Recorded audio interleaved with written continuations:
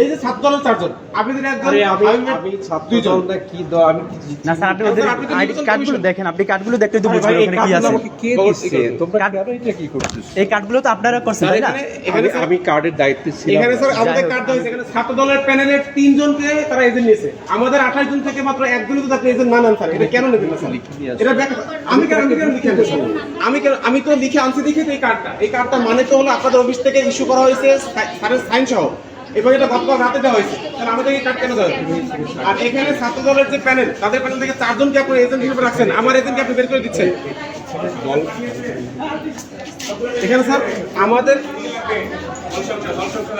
Sir আমাদের আমার এজেন্টকে আপনি স্যার বের করে দিচ্ছেন।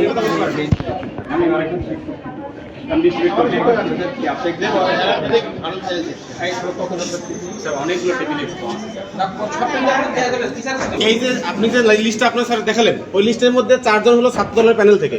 এখন হামিম একজন প্রার্থী, সে আমার জিএস, আমার সাথে প্রতিদ্বন্দ্বী।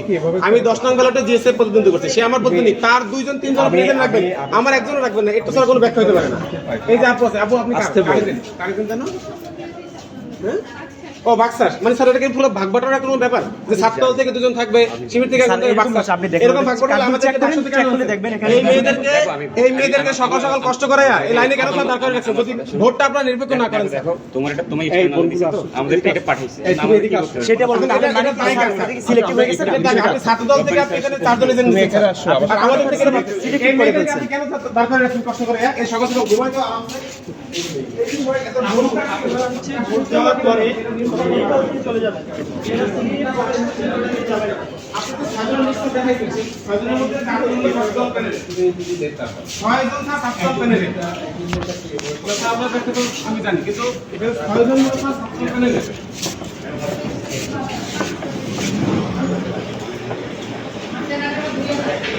এই কেন্দ্রের মধ্যে আপনি যে 6 জন ঢুকে গেছেন, এই আমি বাইরে এসে বলছিলাম ওই লিস্টের মধ্যে 4 জন হলো ছাত্র প্যানেলে, তানভীর ভাই হামিম আমার প্রতিদ্বন্দ্বী, তার 2 জন এজেন্ট আপনি রাখবেন, আমার একজনও রাখবেন না, এর কি ব্যাখ্যা হতে পারে এখানে বলেন?